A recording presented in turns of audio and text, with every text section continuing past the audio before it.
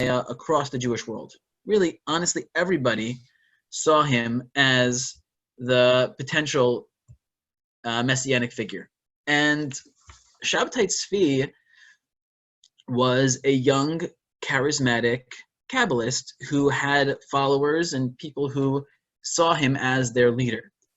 And what ended up transpiring was, over time, his fame got ahead of him, and some of the Islamic leadership heard about this, and if you're a competing religion, having the Jewish Messiah come is not good for business.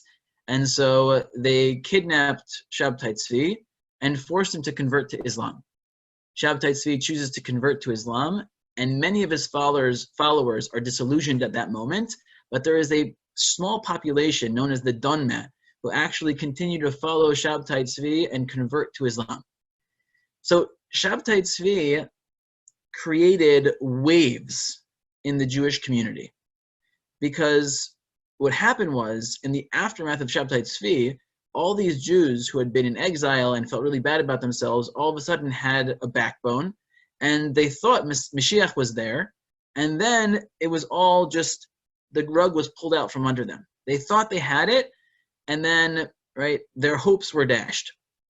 And so you had this really terrible, dramatic reality flooding the Jewish community, and the Jewish leadership felt they needed to take action. They couldn't let this happen again. And there basically are these rabbis who become, we can call them witch hunters, but they're basically Sabbatian hunters. And they're trying to find any and all rabbis, leaders, lay people who have any connection to Shabtai Tzvi, and to defrock them, to put it out in the open, and to marginalize them from the greater Jewish community, because they viewed them as so dangerous as Shabtai Tzvi had been himself. Because of that, certain restrictions on the study of Kabbalah became the norm. Right? We all today know this number, 40 years old, you shouldn't start learning Kabbalah until you're 40. That really doesn't become a thing until Shabtai Tzvi. After Shabtai Tzvi, people are afraid of what Kabbalah learning early on in your career could do. The problem is that for many years before that, it was very normal for people to engage in mystical learning at an early age. And the Ramchal is one of those people who naturally gravitates towards mystical learning. And at a young age, he already claims to have some sort of mystical chavrusa with an angel, with a magid. He has a journal that he keeps. And this is stuff that, I don't know, it's above my pay grade. I don't really know how this works. But tragically, the Ramchal dies at age 39.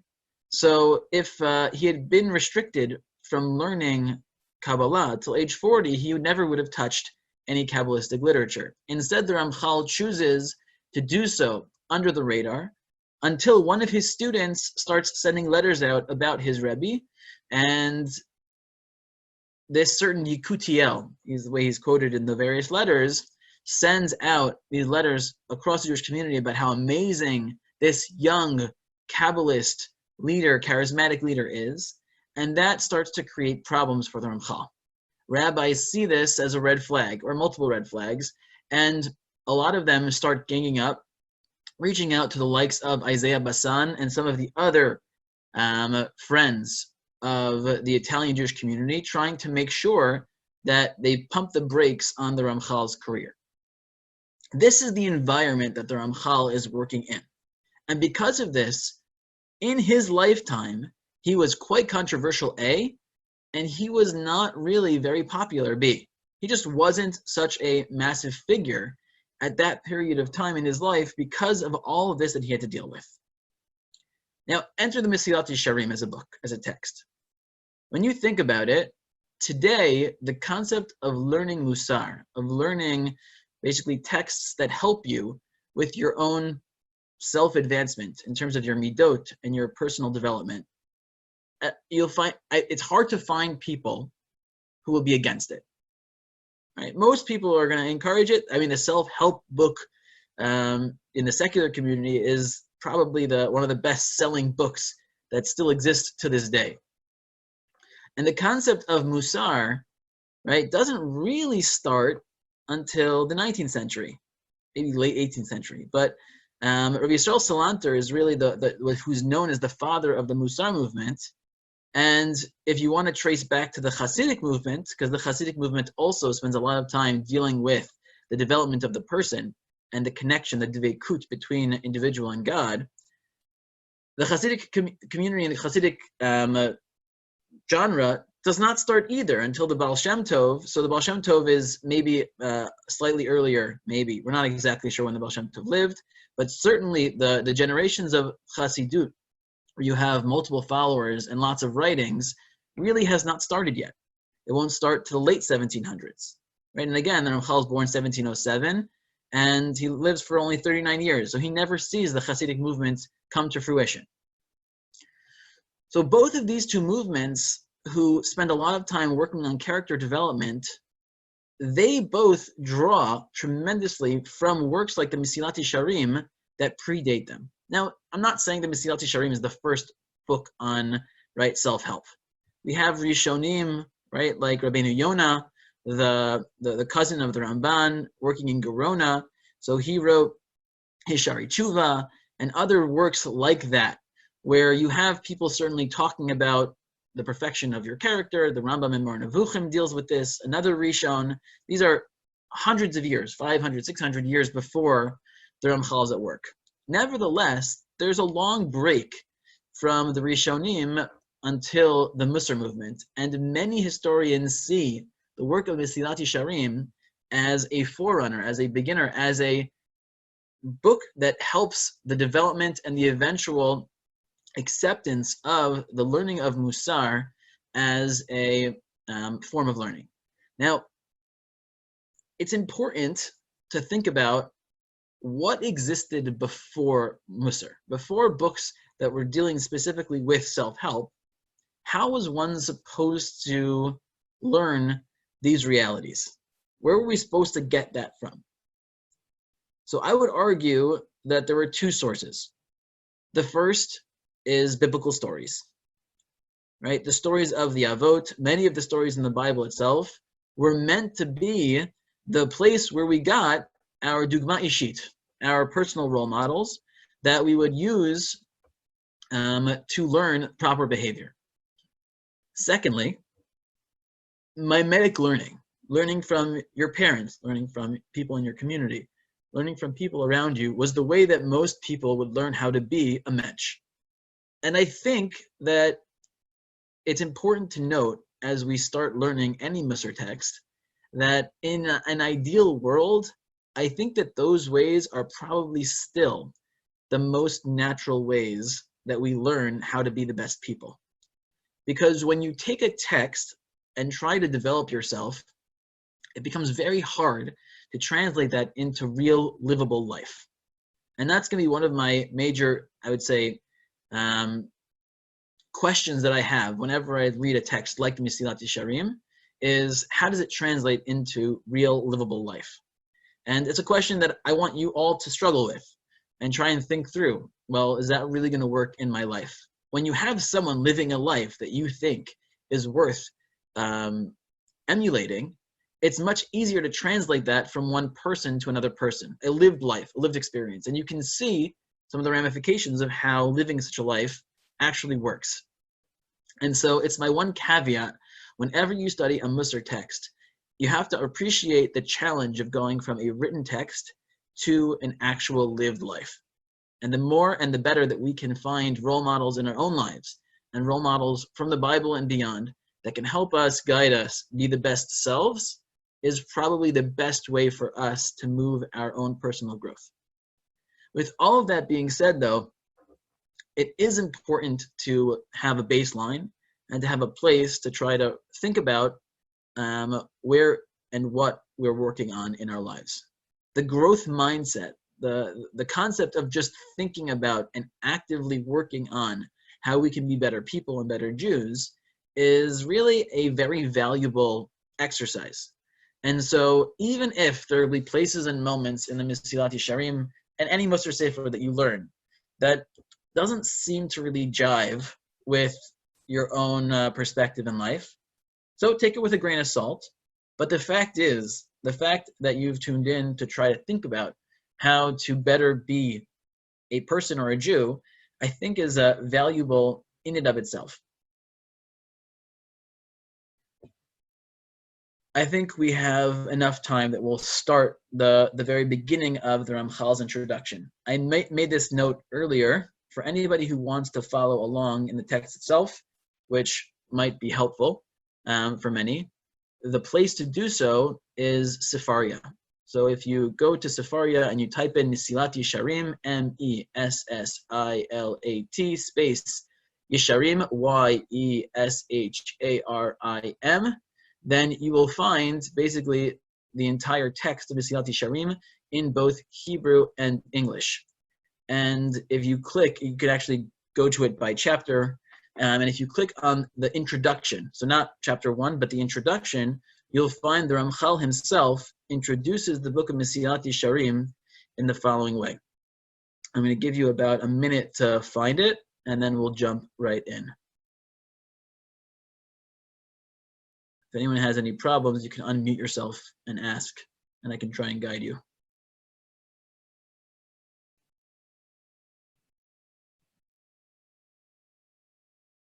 Okay, it seems like no one's having any trouble, so we'll jump right in. If you need to stop me, just unmute yourself and chime in. Also, if anyone has any questions at any point about something that I've said or say, always feel free to unmute yourself and chime in, and we'll discuss it. Says the Ramchal, Amar HaMechaber. So, one more word of introduction before we actually start. I forgot one more important piece of information. For many, many years, it was known that there was a manuscript of the Ramchal's Mesilat Yesharim. They knew that already in the 18th century, but for many, many years, this manuscript was stuck in a Russian library, and not until 1991 was it made available for the public. And in the manuscript, the Ramchal actually has the whole text of the Mesilat Yesharim slightly different. It's in the manuscript form, it's actually a conversation between the Chacham and the Chassid, right? A more similar to kind of the Kuzari style of a conversation between two different figures. And this actually is, it's actually a theme that the Ramchal, you'll find in many of the works, even some of the plays of the Ramchal. The Ramchal is a play where he has the characters are things like hope and humility, like those are the characters in the play, and they all interact. It's kind of like the forerunner of the Pixar movie, something in. It's fine. You'll remember. Anyone? Let's see. And remember what it's called? Inside Out. Inside Out. There you go. Perfect. Great. So the original version of the Mesilat Yesharim was written in that format, and then it was, I think the Ramchal himself thought that maybe just having a conversation would be easier for people to access. But it's really interesting. The original text of Mesilat Yesharim has been translated, I believe by Feldheim, if I remember correctly. You can find the manuscript version that's since been published if you're interested in taking a look at that. So back to the introduction. Amar HaMechaber. HaChibur hazeh lo chibartiv lamed livnei adam et asher lo yadu. This text of the Mesilat Yesharim is not here to teach any grand chidushim. It's not here to teach any novelli. It's not here to give big chidushim, even though we'll see that in the midst of all of this there will be. But most of what he says, to some extent, or to a large extent, we will could argue are things that people know. Now, when we get later in the book, I think that there's a lot of stuff that I don't know. Most of us know, but at least in the beginning of the book, I think this holds very true. So if these are things that we know already, what's the point of learning it? So so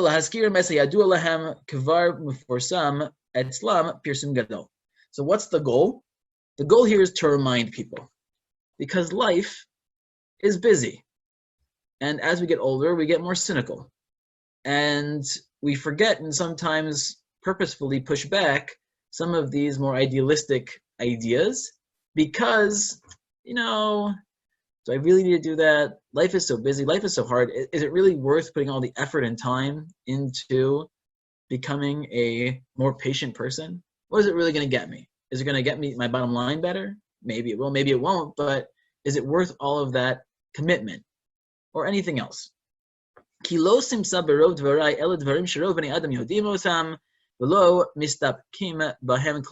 things that we're going to be studying are not things that people really have any doubts about. They know what they're doing.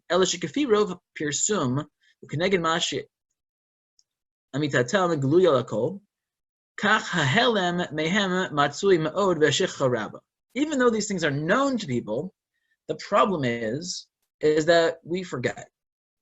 And most of us forget. And most of us are distracted. Life, like I said, is so busy.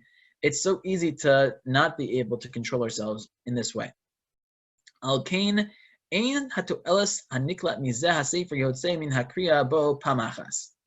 Therefore, he says, and this is a great way to require people to read over your book a number of times. He says, the goal of this book is not for you to read it once and to have the knowledge now and to move on. Rather, you need to do chazara. You need to review. This has to be, right, the growth mentality, which is really, for me, the most important takeaway from the entire book of Mesiyat Yesharim, is the constant thought of, how can I be better today? Right? That idea of always thinking, what can I do a little bit better today, is the notion that he's trying to convey. I'm not going to teach you anything you don't know, but how, as a group, right, can we take the words of the Mesiyat Yesharim, the words of Rav Moshe Chaim Luzzatto, and make ourselves a little bit better today?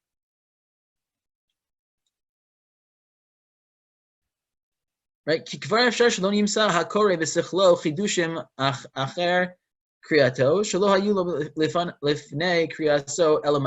Right? There might be very few novelties that someone who reads this will find.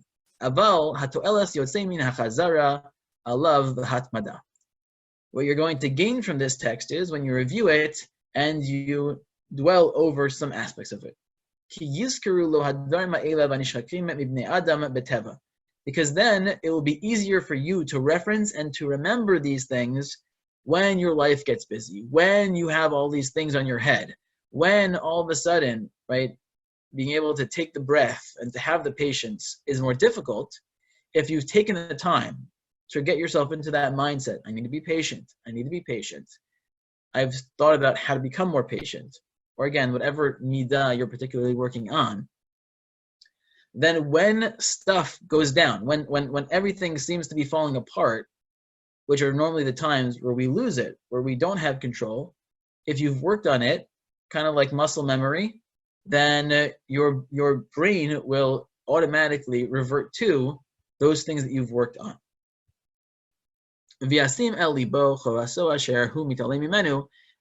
obligation, which is a very strong word here, right? There's no mitzvah in the Torah, to the best of my knowledge. In fact, the Ramban is considered a big chadshan.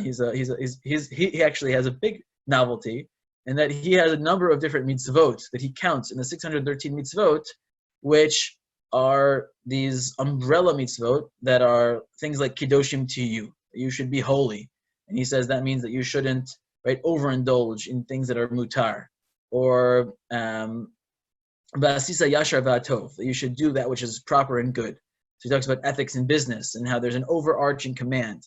So the Ramban develops this idea in some of his works. But when you look at most of the Sifrei HaMitzvos, most of the books that count the various mitzvot, you are not going to find a mitzvah of, right, not getting angry. You're not. So to call it an obligation is really interesting, right? Where does that obligation emanate from? There's no mitzvah to become better. At the same time, there seems to be this almost, right? So there's always two options whenever you have a question like that, right? One option is you need to find a makor. You need to find, right, some sort of source in the Torah. Sometimes, though, the Gemara will respond in a different way. The Gemara will say, pshita, right? You don't need a source because it's so obvious, right? You don't need to give me a reason for why you need to become a better person. That's the most obvious thing in the entire world. Isn't that the whole purpose of life, to become better people? right? And so that's kind of where this conversation goes. The Ramchal seems to be taking that latter position. Pshita, it's obvious there is a chova, there is an obligation for us to be reviewing these things, to making it a part of ourselves, to perfecting the way that we think about the world, so that when we have challenging situations, we can approach it with the absolute best type of approach in terms of our personality, in terms of our patience, in terms of not getting angry, in terms of not judging things before you actually experience them. Every single type of proper approach can be trained, needs to be trained, and in the words of the Ramchal, is an obligation for us to train ourselves. So we're going to stop here. If anyone has any questions before we get to the just hang out time, but this is basically how this format is going to work. So we'll read through the text of the Mesilat Yesharim. We'll make some points. There will be times where I'll raise some questions, particularly when we get to areas of lived experience. One of the things I really want to try to flesh out with you guys is how does this work in actual life? And that part will be more conversational because honestly, I am as much a learner here as I am a teacher.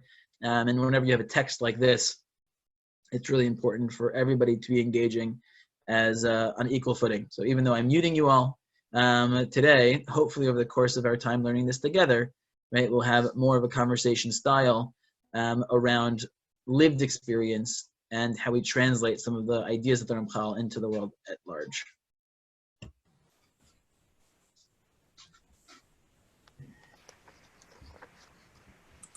Is he done? Thank you. I'm done. Thank you for tuning in. Anybody have any thoughts, questions? Rabbi, I'm very sorry that I could not figure out how to get on this morning. What text do you want us to be following for this class? Sure. So two things. One, this is being recorded. So if you want, I can send you the recording. We're probably going to have to start posting these recordings somewhere on the website for people to be able to access. But if you have a text of Mesilat Yesharim in your home, right, and you want to note it up and have notes on the side, feel free to use that text. I'll try to help you find exactly where we're up to. The text that I'm going to be using, just because of the ease with which people can find it, is the Sefaria text online. So the website Sefaria has a Hebrew-English Mesilat Yesharim, and it's very easy to skip chapters and to move about. So it's an easy text for us to use as our baseline. You can really use any text though. Say that again slowly though. What is it? Sure. Sefaria? Yeah, Sefaria. So I can tell you. Sefaria is spelled SEFARIA.org. Okay. And then if you type in Mesilat Yesharim in English, MESSILAT, Yesharim, YESHARIM, then you should be able to easily find the text itself. They'll have little numbers. There'll be a little tab for the introduction, little tabs for each numbers of the chapters. And one of the things that's good about the Mesilat Yesharim is the chapters are not so long. So we could probably cover a chapter every 2 or so classes. So maybe every week or so we'll cover a chapter. So it's not going to be so hard to help someone find it if they're using a separate text. But so we should purchase that book. You don't have to. Like I said, if you want to use the Sefaria website, the book is there. And the complete book is there. If you're a person who likes underlining certain lines and writing notes in the tabs, then I would advise purchasing some book. I know Feldheim has a green covered version of Path of the Just, which is Mesilat Yesharim translated. There's a lot of other translations too. That's the one I remember being popular back in my day in yeshiva. I'm sure there's many more even now than there were then.